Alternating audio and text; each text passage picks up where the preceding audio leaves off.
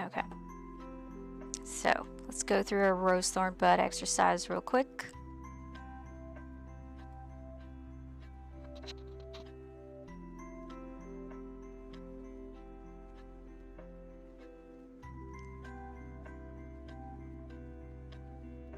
Okay, so good things. There are so many good things. Let's see.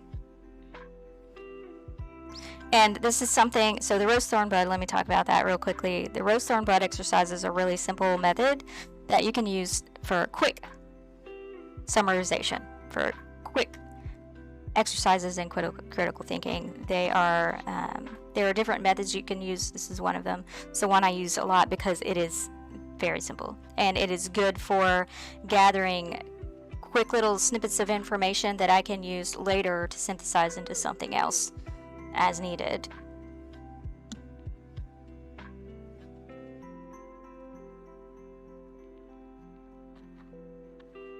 So the roses are the things that went well. What did we like? What was a highlight of it? The thorns are things that didn't go well. What was the low point? What did we not like about it? And then the buds are what can we do differently? What can we do differently next time? What did we learn from it? What opportunities do we see? And what questions, follow-up questions do we have? And this, by separating them out distinctively, it is helping to, it's very beneficial to separate these things out so that you have clear, definitive, these are the good things, these are the things that aren't so hot. How do we fix that? And the reason for that is that I see that, and I've done in the past, and I see a lot of designers and doing, is they intermix everything. They just flow of conscience write out what's good, what's bad, and that's good in the moment, but at some point you need to synthesize that into definitive things so that you can see patterns and you can see things. And I'll show you again in a couple of weeks. We're going to do an exercise where I synthesize everything we've done so far for platformers, so you can see one of the reasons I like to separate things out, and the reasons that I like to use post-its instead of just writing in a document is to keep the points simple and short, to the point. Because when you need to do rapid synthesis, it's a lot easier to get the key point out. Now, this is not for if you're doing a whole huge, I mean, you do use different methods for different things. And so our purposes here are quick analysis and learnings, important to highlight learnings. Now, if I were doing an in-depth research study, there are other methods that we would use.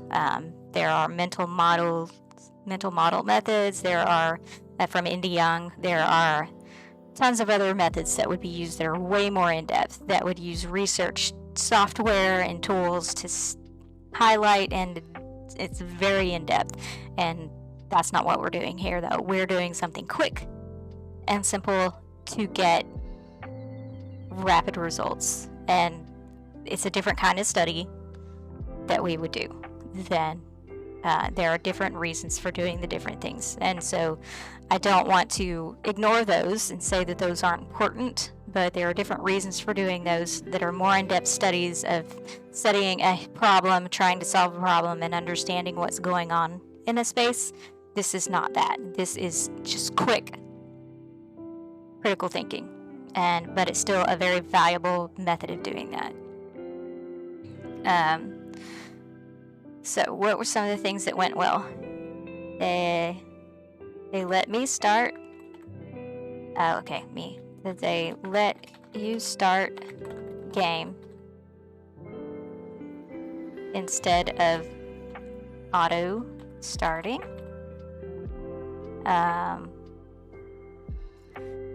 There is the ornate book sitting on a stand compels. Is that two? Nope. Compels you to want to open it.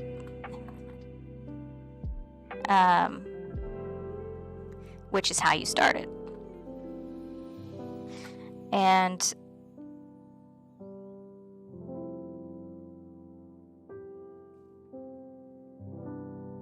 And it's talking about you go at your own pace by turning the pages in the book.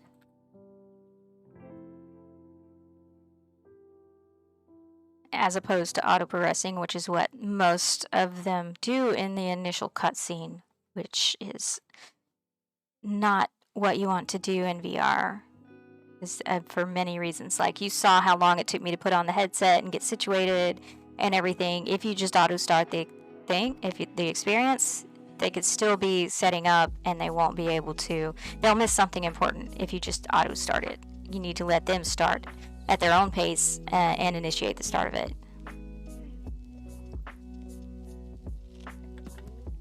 And I'm writing in current state because I'm writing in present tense because this is the current state of the experience. It's a little mental thing that I do. I prefer to do it this way. A researcher could probably explain to you why we do it this way, why it's a good idea to do it this way. I can't really. It's just something that I've been doing, that I've learned to do. I don't know why, but I think it's subconsciously telling me this is the current state of how things are. It's not a past tense. It's not how it was. It's how it is. And that helps me think in those terms of this is the current state of it. But yeah, someone else can probably explain that a lot better than me.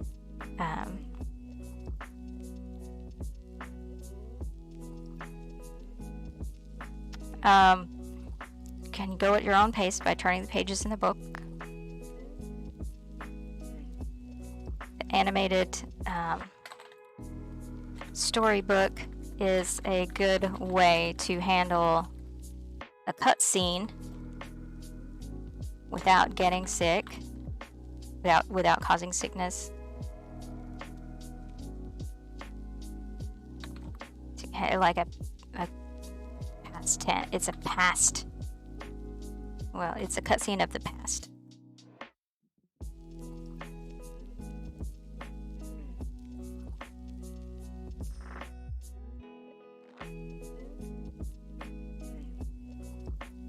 Well, of any cutscene. It's a good way to handle any cutscene. Because I think we saw trying to do this as well. They had an animated storybook. I'm wondering if Polyarc got their inspiration from Trine. I'm not sure, but I noticed that similarity very quickly.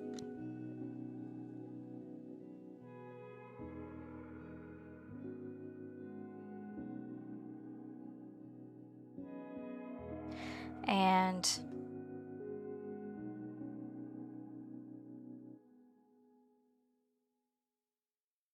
there's so much good stuff. Let's see. More good stuff.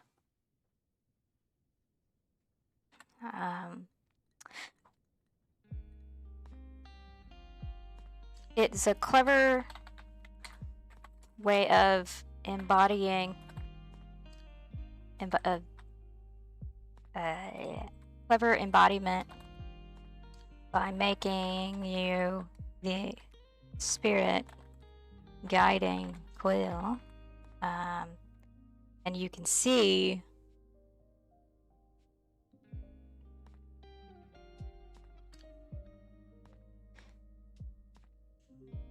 reflection in the water for added embodiment.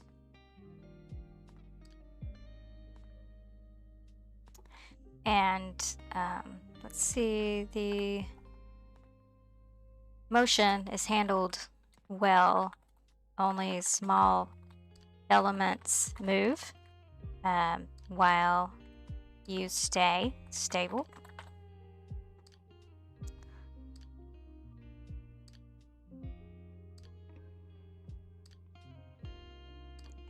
And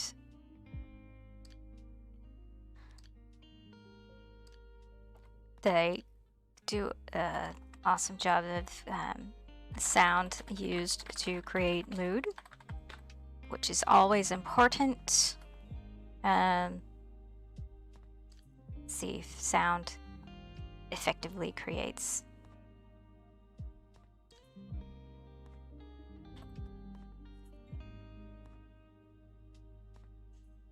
sound is used to direct attention.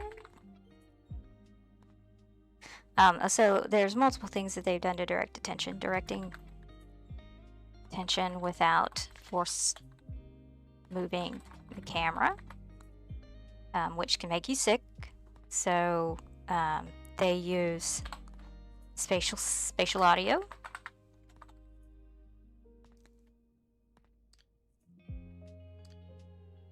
And they use NPC behaviors.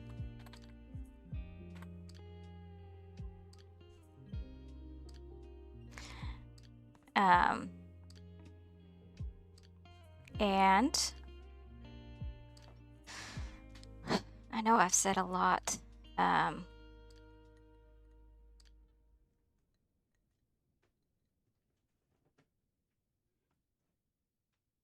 The ghosted controller teaches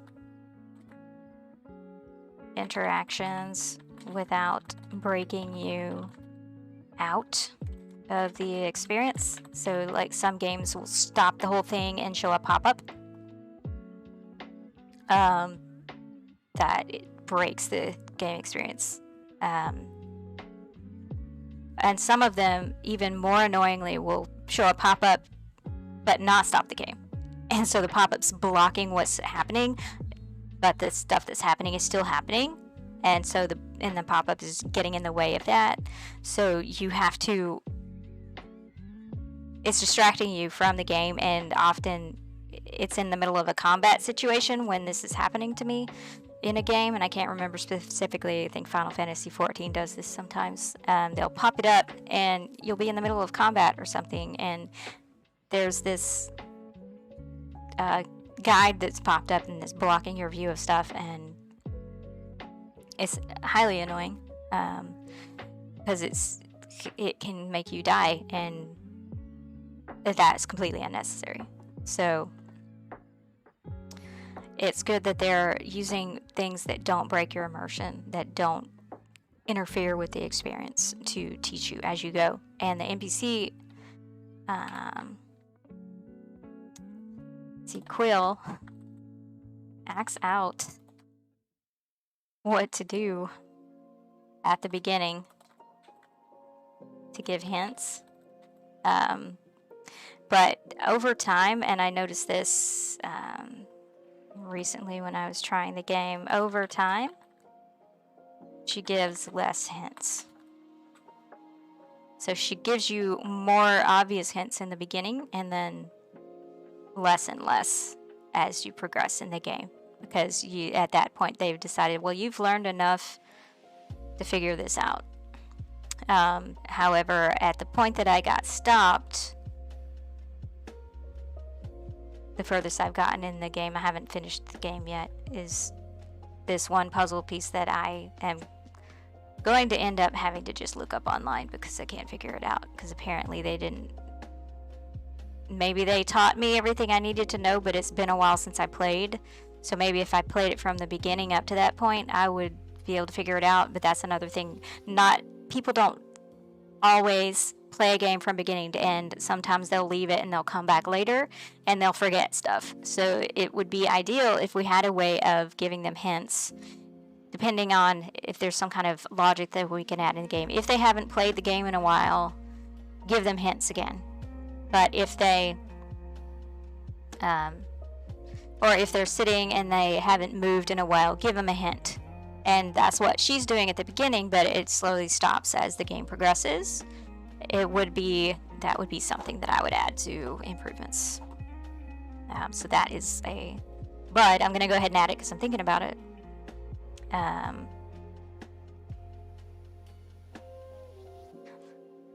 If player hasn't played in a while,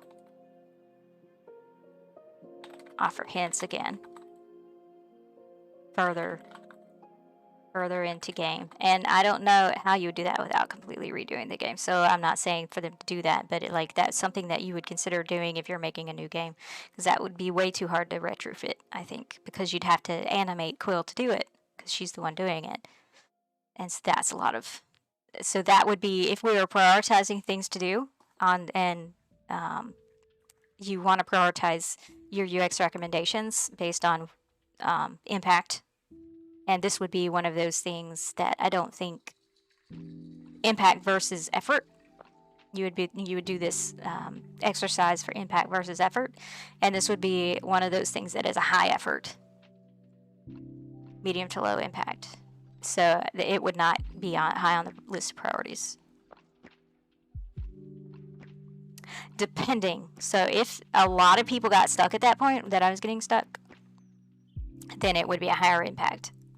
So that would be something to research. So then that would be a next step that we would add, would be to how many players get stuck at certain points, because then that would help impact your priority.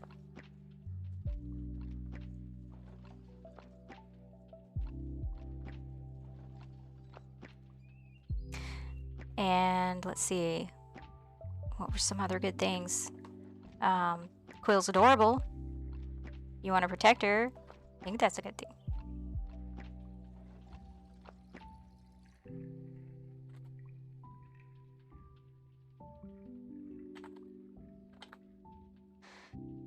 I don't like watching her fall in the water and drown.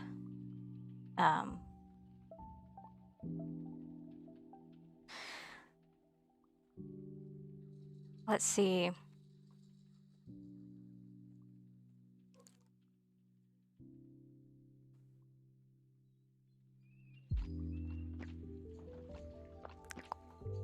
I think they changed that. I think in the beginning, it would show that she died, but I think that it was like hurting.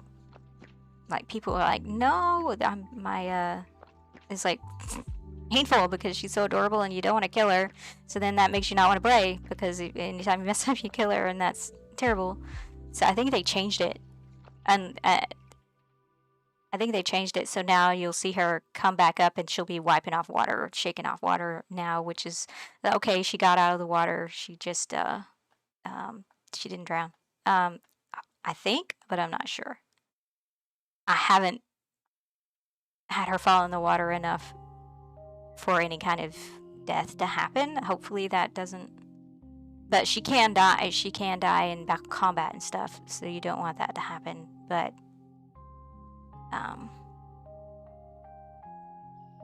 yeah, she's too cute.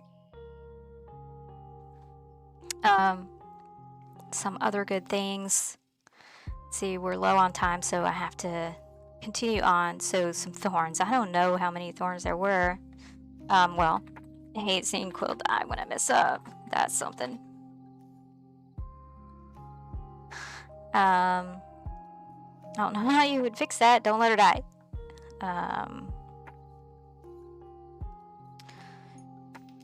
Let's see. I don't really have a lot of thorns. Let's see. If y'all are watching this on demand later, or now, and you have any thorns, let me know some. I'm thinking, are there any thorns?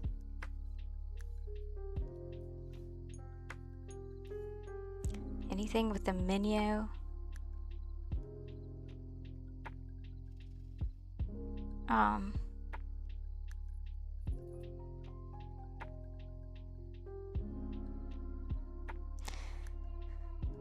Well,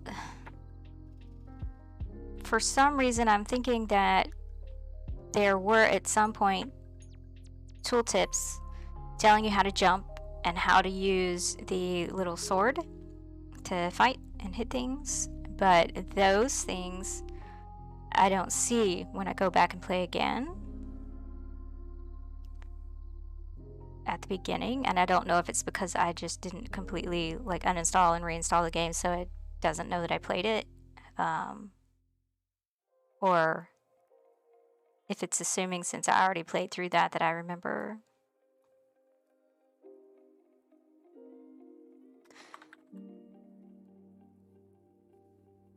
As I remember buttons for jumping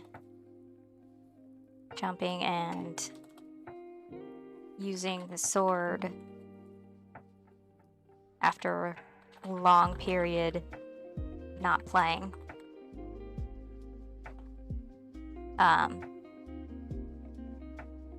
However, it does seem to be using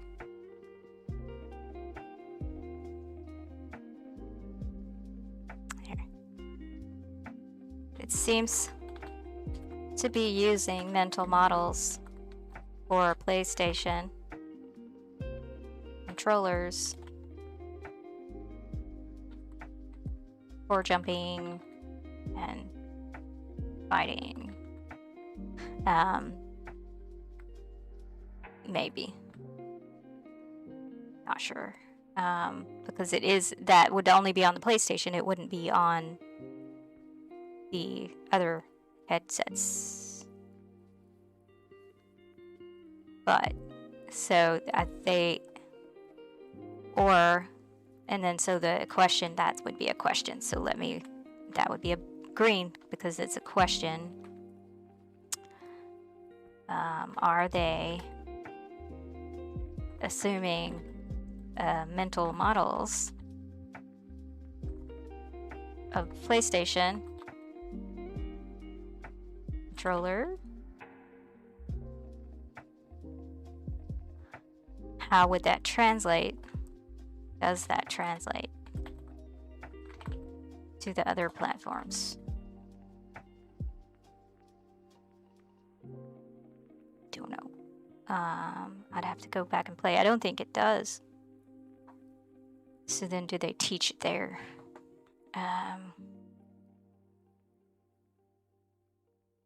So you can still connect the thoughts without having to write a dissertation by doing it visually, which is nice.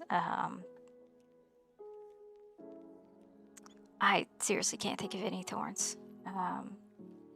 So here's a follow-up, are they assuming that mental model of the controller? I hate seeing Quill die when I mess up.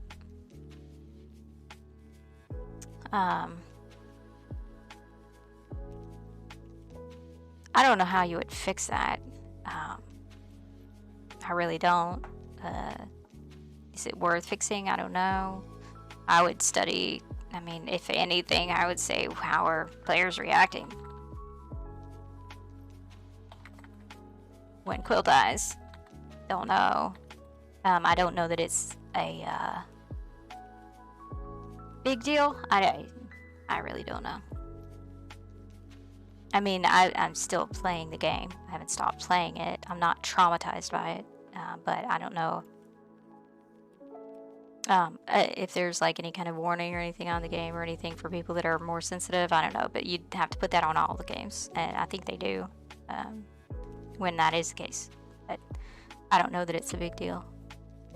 She's cute and I don't want to see her die. But it's not really like traumatizing because I know it's a game. But that would be an example of a follow-up. I don't think they are.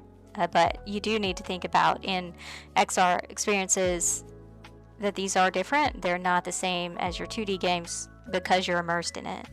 So the psychological impact of things carries over more so in real life to XR than it does to 2D games. So you want to take into account trauma, things like that in XR experiences, and be sensitive to that. And I would just say I'm not saying don't do those things. I'm saying you would have to have some kind of warning in place saying, hey, this could cause if you have a phobia of such and such, you might not want to play it, or be careful when you play it and so forth. Because like heights, fear of large spaces, fear of small spaces, all kinds of phobias, they do carry over into XR because it's scaled and it's but that doesn't have anything to do with this game. That's just something that brought it up. So embodiment, motion, I really if y'all have anything that didn't work well in there. I can't think of anything, and I am running out of time here. So translating it to XR, that's something that we do here. Motion sickness is the biggest thing for platformers. And for XR.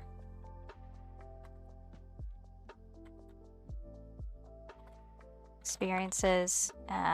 Moss handles it very well.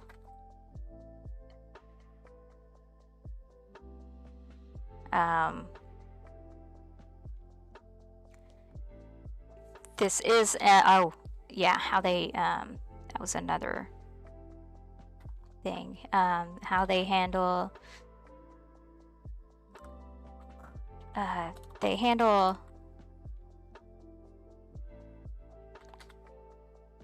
occlusion of character of Quill by X-ray.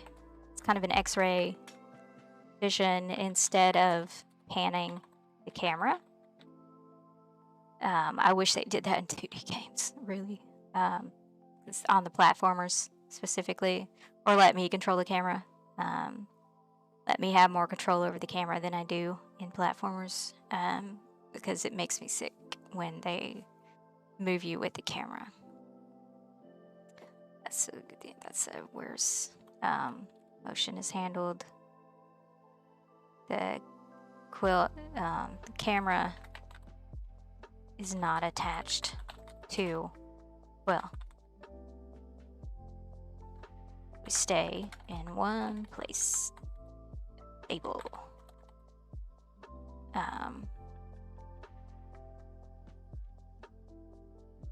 Which is very key to XR.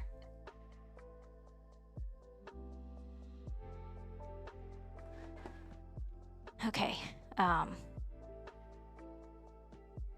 And let's see what else we have covered in previous talks. Like the previous session, we talked about XR a lot, and so I would say go watch that one again to learn more about translating. Because apologize, but I have to go soon. This is already an XR game, so there's less to talk about here. How would we translate these lessons to XR? How would we make this an XR game? We've already talked about that because it's already an XR game. This is more of an exercise that we would do for 2D than for existing XR. And so you can go back and watch some of the 2D games, platformers, to see what I talked about for translating those into XR. And I guess that is all we have for today, because unfortunately I do have to go. But this is, in my opinion, the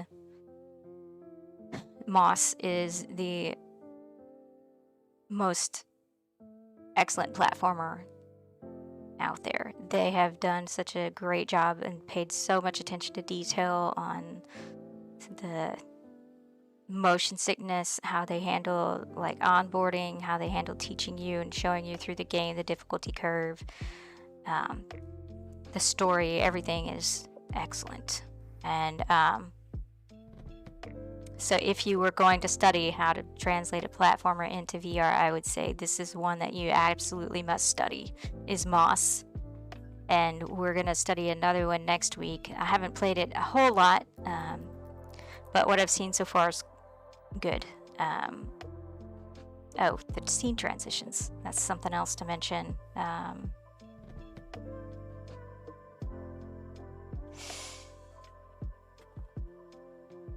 Scene transitions.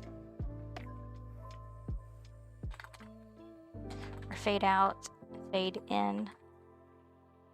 No panning.